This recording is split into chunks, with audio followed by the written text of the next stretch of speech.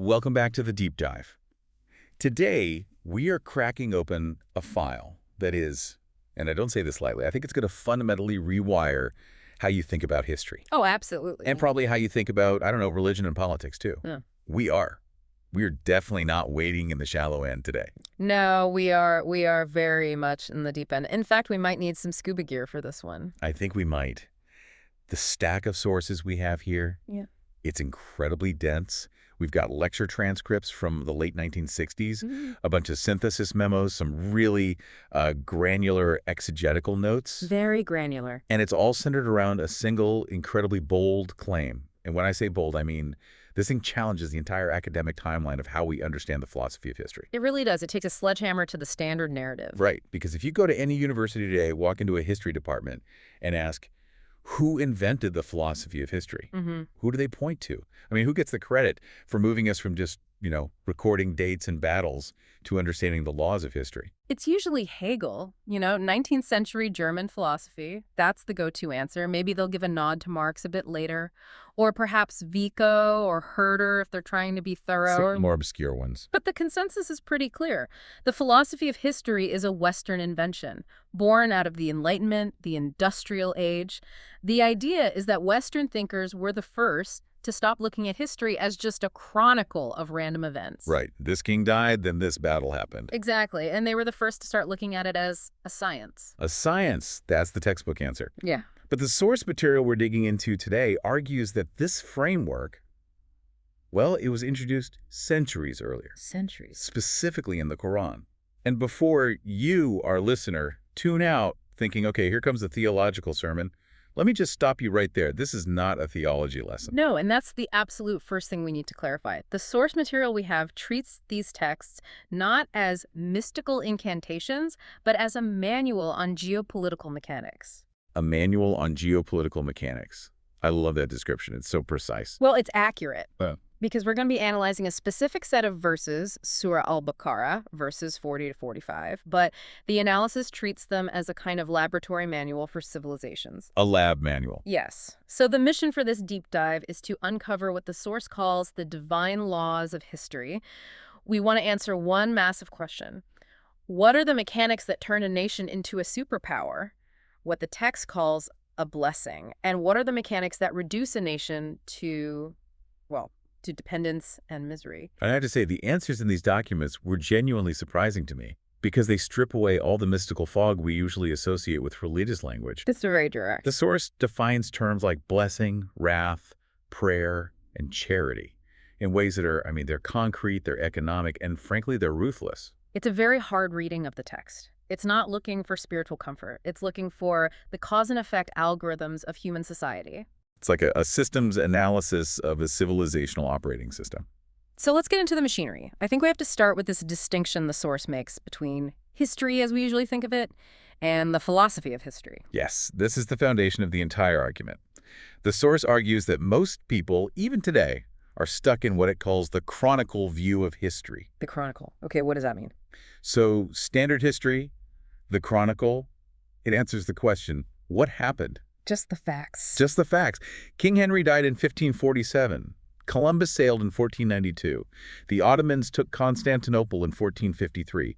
It's a data log. It's the who, what, where. It's essentially news from the past. It's trivia, really. It's what we all memorized in high school just to pass the test. Exactly. I memorized the dates, I wrote them on the test, and then I promptly forgot them. Precisely. It's static information. But the philosophy of history, that answers the question, why? Why did the Roman Empire collapse when it did? Why did it rot from the inside before the barbarians even showed up at the gates? Good question. Or, why did a small group of tribes from the Arabian desert suddenly, seemingly out of nowhere, dominate the globe in the 7th century, defeating two superpowers simultaneously? Why do civilizations rise, peak, and then inevitably fall? And the source's position is that these are not accidents. It's not good luck or bad luck. Not at all. The central argument here is that the rise and fall of nations are governed by laws. And this is the crucial part. The source says these laws are just as immutable, just as unchangeable as the laws of physics. That's a huge claim. So history isn't just one damn thing after another, as the saying goes. The source calls this concept sunnatullah, which translates roughly to the practice or the law of God.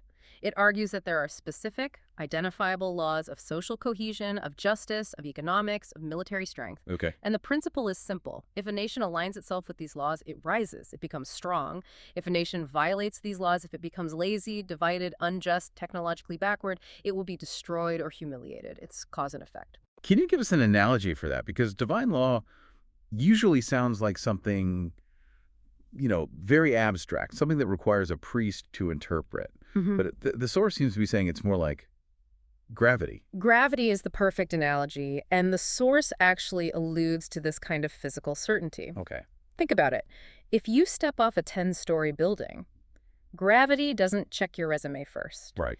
It doesn't care if you're a saint or a sinner. It doesn't care if you're praying on the way down, and it definitely doesn't care if you're the kindest person in your village. You will fall. The law is impartial. So the argument is that these sociological laws work in exactly the same way. Exactly the same way. If a society builds its houses on sand, metaphorically speaking, meaning they have no justice system, no education, no defense infrastructure, they will collapse when the storm comes. It doesn't matter how pious they claim to be. And the flip side. And conversely, if a society of, say, atheists or pagans builds on rock, they have the rule of law, they have scientific advancement, they have social cohesion, they will stand, they will be strong. That is a massive shift from the typical religious mindset, isn't it? Yeah. Which is often, God is on our side because we are the believers. It completely destroys that mentality. It shatters it. It says God isn't on your side. God is on the side of the law. You align with the law or you lose, period. Wow. The source really emphasizes that these laws are blind to labels. If a group of atheists follows the natural laws of discipline and scientific inquiry, they will dominate the globe. And if a group of self-proclaimed believers ignores science and breaks their treaties, they will be crushed. So piety doesn't save you from incompetence. In this framework, incompetence is a violation of the law. That's the core argument. All right. Incompetence is a sin against the system. Okay, so to prove this point, the source brings in a massive historical data set.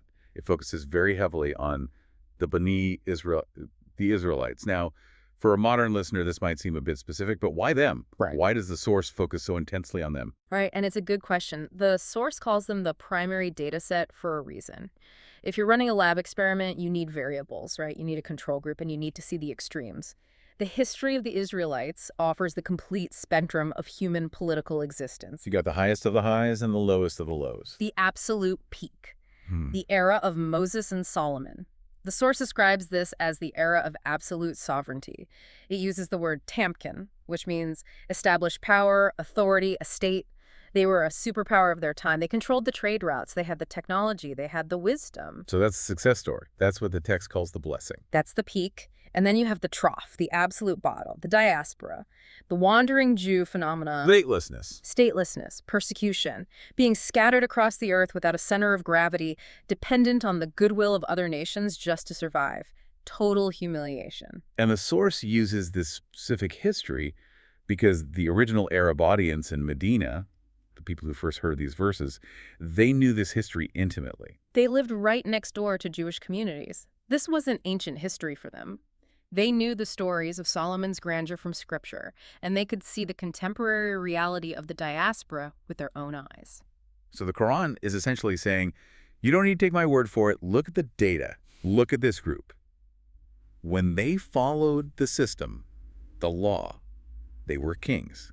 When they violated the system, they became wanderers. It's empirical evidence. It's not saying, be like them because they are holy. It's saying, observe their trajectory as a scientific case study. It's a case study in cause and effect. Exactly.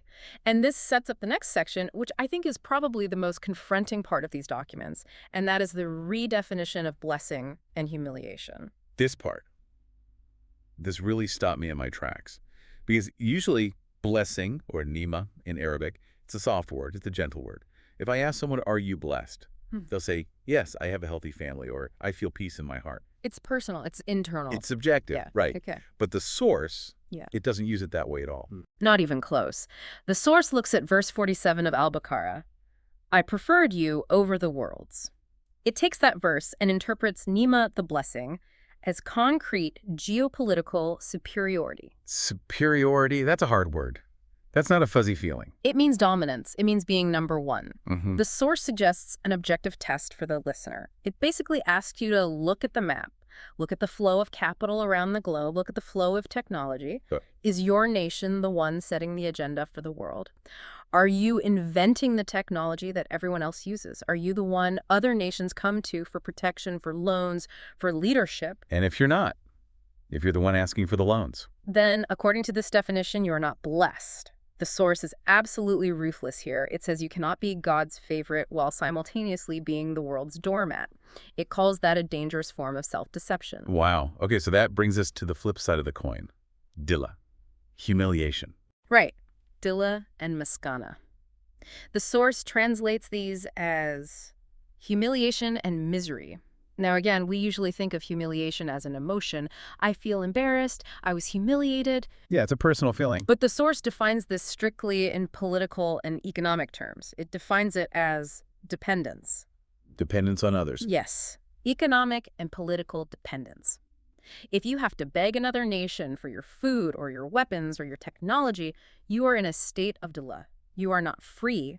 Your sovereignty is a slightly comedic illusion if you can't feed your own people without a loan from a foreign power. And this is where the source makes that really stinging comparison. It explicitly compares the modern Muslim world to that historical period of the wandering Jews. That is a deeply provocative comparison. It's meant to be. It really is. It's designed to shock you into thinking. It's meant to sting. It's meant to wake the patient up. The source argues that many modern Muslims have fallen into the exact same trap. They have the book, they have the label of believers, but they have lost their sovereignty. They are dependent. And the source frames this not just as, bad luck or the fault of colonialism, but as divine wrath. Yes, the wrath of God. But we need to be really careful and clarify what wrath means in this context. Right, because earlier you said the laws are impersonal, like gravity. Wrath sounds very personal. It sounds emotional, like God is up there, angry and throwing lightning bolts. That's a great catch, and it's a crucial distinction in the text.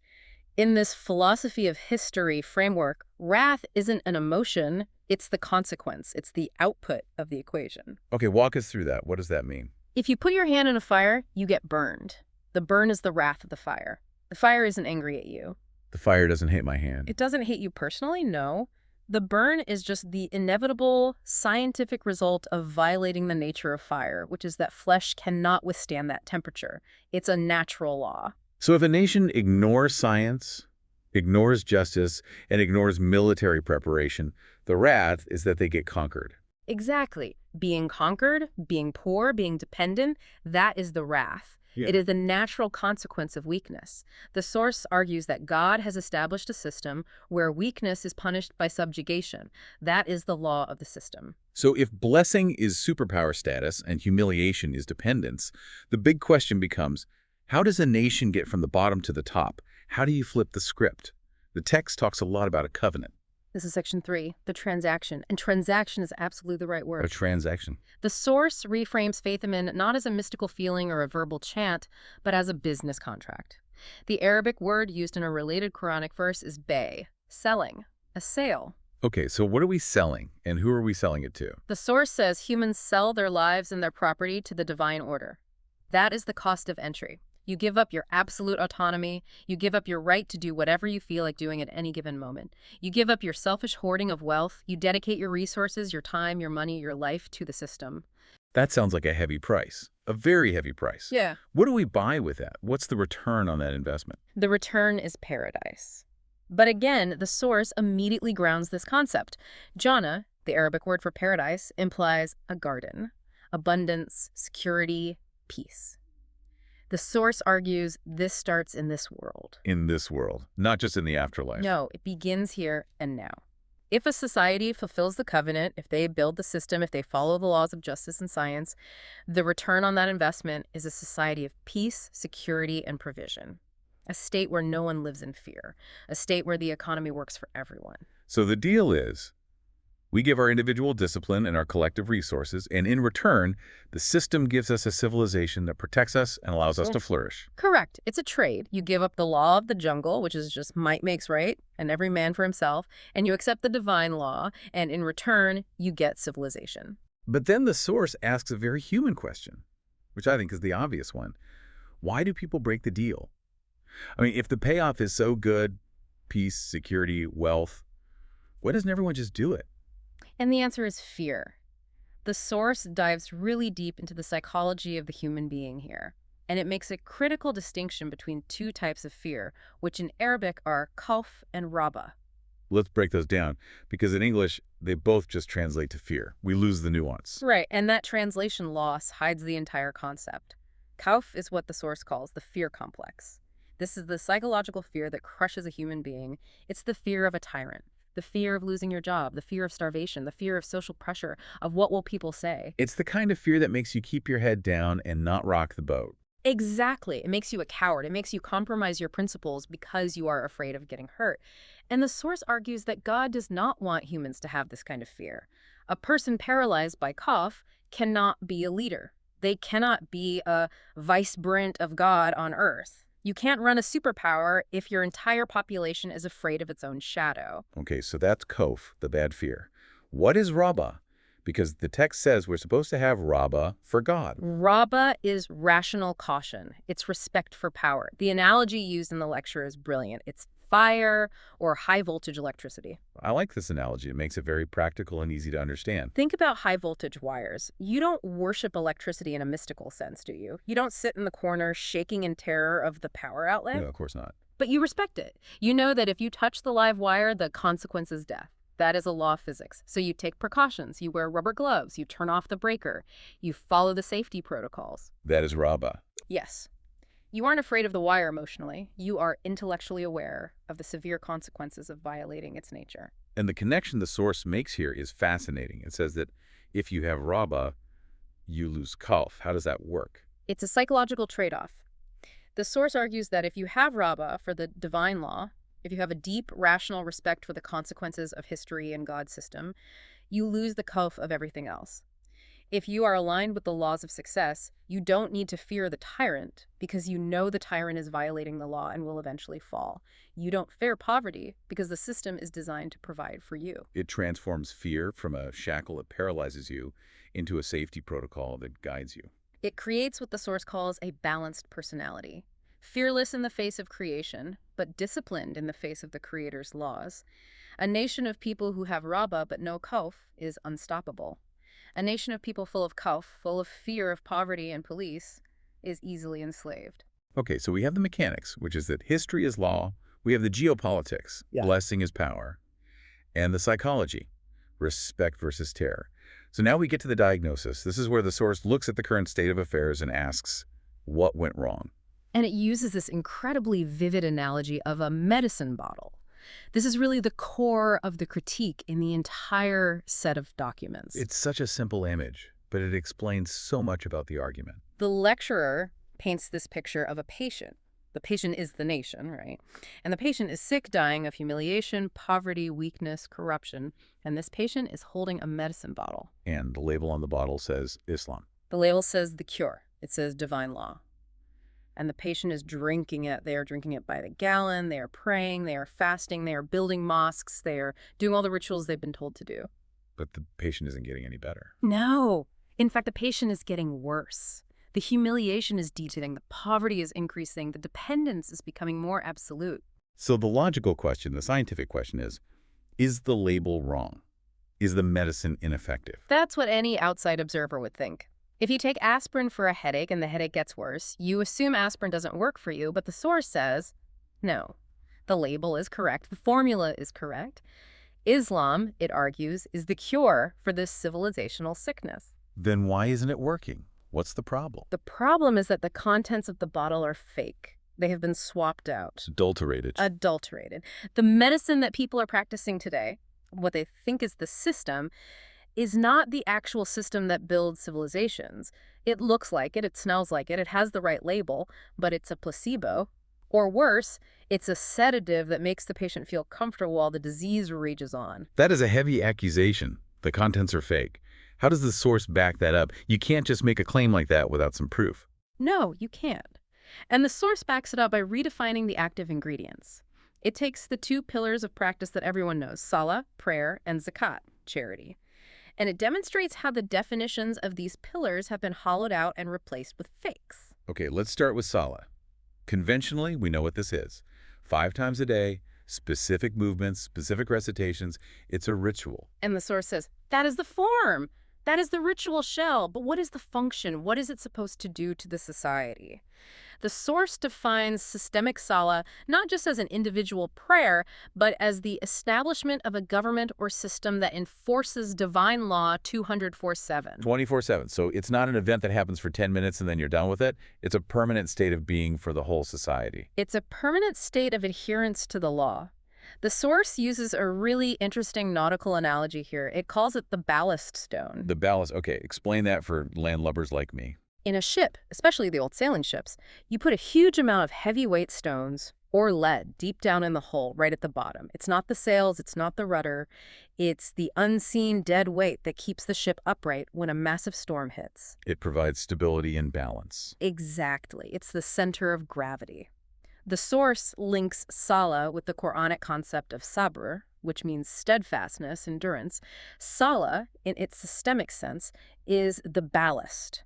It's the unmovable commitment to the law that keeps the entire society from tipping over into anarchy or corruption when the waves of history crash against it. So the argument is, you can have millions of people performing the ritual movements on the deck of the ship, but if there is no ballast in the hull, no systemic justice, no government enforcing the law, no economic fairness, the ship will still capsize in the first storm. Exactly. If you perform the ritual but your society is corrupt and chaotic and unjust, you aren't actually establishing sala in the systemic sense. You're just doing calisthenics while the ship sinks. That's the critique. Wow, okay. Now let's look at zakat. Conventionally, this is understood as 2.5% of your accumulated wealth given to the poor once a year.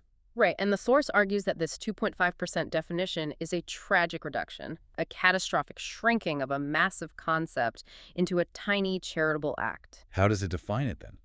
The source defines zakat through its root meaning, which is nashanuma. That means growth, development, to cause to flourish. Development. That sounds like national economic policy. It is economic policy.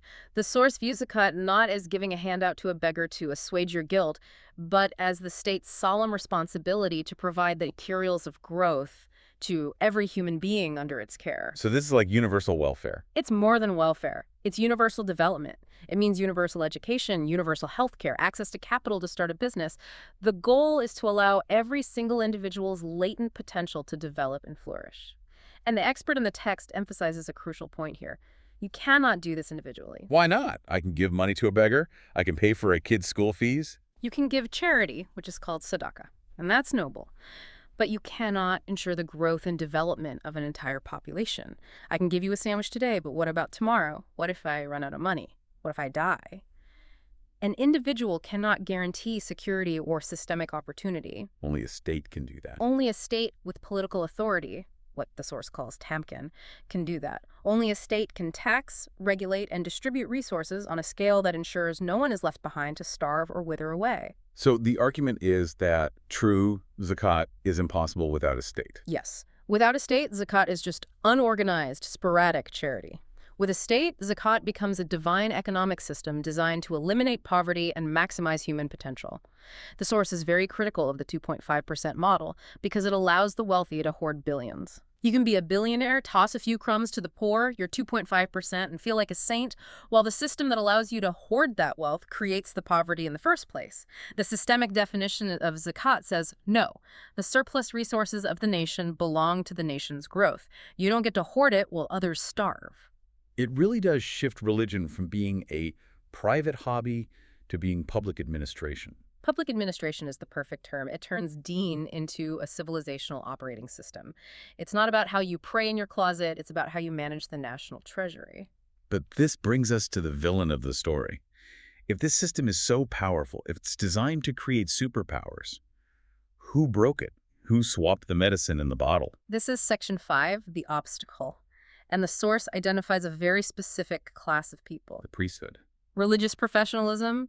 The source is absolutely scathing here. It critiques the class of people who have turned religion into a career, a business. It references the Quranic phrase, the manan kalalan, selling my verses for a small price. What does that mean in practice? Selling verses.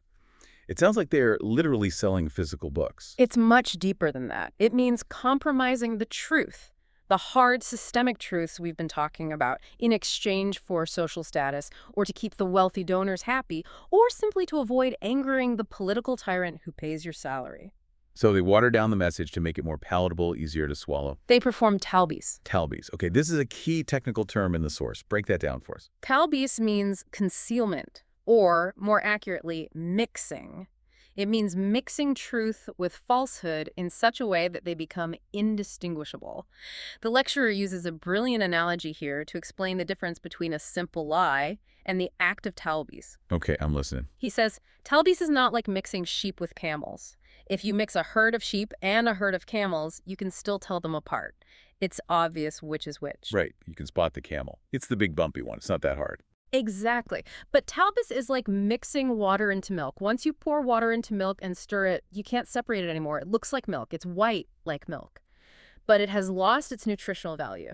It is diluted. It is adulterated. It's a counterfeit. It's a perfect counterfeit. And the source gives a very controversial, very specific example of this regarding the issue of polygamy, right? This part might surprise some listeners. It does, and we should stress again, this is the source's analysis of the text, not ours. Absolutely. The source points to Surah An-Nisa, verse 3. This is the famous verse that allows for marrying up to 4 women. Marry 2, 3, or 4.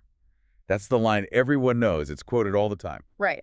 But the source points out that religious forms often commit a critical omission. They leave out the conditional clause that comes right at the beginning of the verse. They essentially cut the sentence in half. And what is that condition? The verse starts with the words, "If you fear you cannot do justice to the orphans." The orphans. Yes. The source argues that this law was revealed in the context of a devastating post-war crisis after the Battle of Uhud, where many men in the community had been killed, leaving behind a large number of widows and orphans. The society was facing a massive welfare crisis. Who takes care of all these families? So the logic wasn't go have fun with more wives. The logic was marry the widows in order to take care of their orphan children. Exactly. It was presented as a burden of responsibility. It was a social welfare solution designed to absorb vulnerable people into stable households during a time of crisis. But the source argues that by hiding the orphan condition, by performing talbis on the verse, the priesthood turned a heavy social responsibility into a license for male privilege and lust. They pleased the men in the audience, but they violated the systemic intent of the law. They made the religion easy and appealing to the powerful, but in doing so, they destroyed the social justice mechanism at its core. That is a perfect example of talbis. That is a stark example of adulterating the medicine. It is. And to drive the point home, the source uses this satirical little anecdote about a postmaster. I love this story. It's funny, but it really, really stings. The lecturer compares a certain type of religious leader, a mullah or priest, to a corrupt postmaster.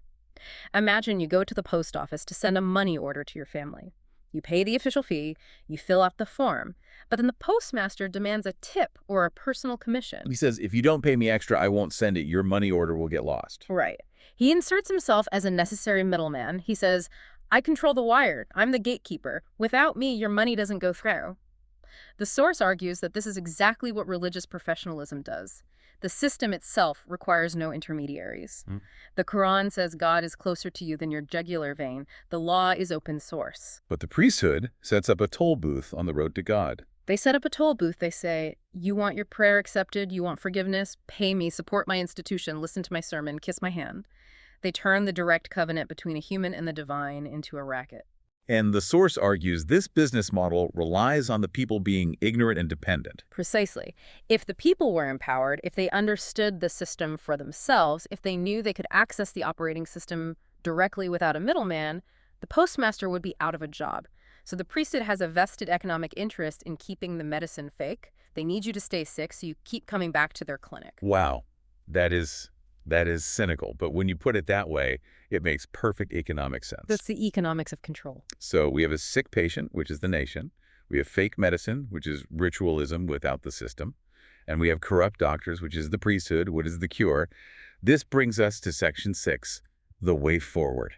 The cure, according to these documents, is not to retreat into a cave and pray more. It is not more individual piety.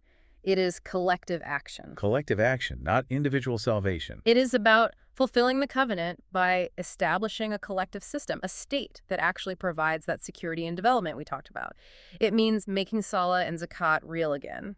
Real meaning systemic. Real meaning institutions that actually work. courts that are just, economies that feed everyone, defense systems that protect the nation's sovereignty.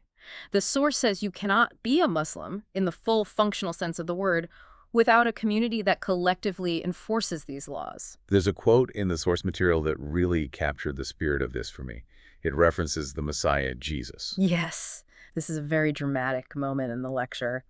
The source quotes Jesus speaking to the Israelites during their period of decline under the Romans. He sees them humiliated, crushed, acting like scavengers fighting over scraps, and he says to them, "If you have even one drop of blood left, come, and I will teach you the ways of the falcon." The ways of the falcon, that's powerful imagery. It is. Think about the imagery. A falcon flies high. It is free. It is a predator, not prey. It hunts for itself. It doesn't eat carrion. It doesn't eat dead things like a vulture. A falcon has raba, rational caution, but it has no cuff, no cowardly fear. Exactly. The source uses this to illustrate that the call to the divine system is a call for courage. It requires that drop of blood, that last bit of life and honor, that willingness to sacrifice comfort, to risk death, to break the chains of the status quo. It's incredibly rousing. It's arguing that deen religion is not a sedative. It's not an opium for the masses. It's a revolutionary force. It's an operating system, and the message is, if your computer is crashing, if you're full of viruses, if you are lagging behind the rest of the world, you don't need a new screensaver. You don't need a prettier desktop background. You need to reinstall the OS. You need to wipe the hard drive and reinstall the original operating system, the one that actually works. I love that. Not a new screensaver, new operating system. That's the perfect synthesis of this whole deep dive. That is the synthesis. The source is telling the listener, stop looking at your prayer beads and your prayer rugs as the totality of your faith. Look at your streets, look at your GDP per capita, look at your crime rates, look at your standing in the UN.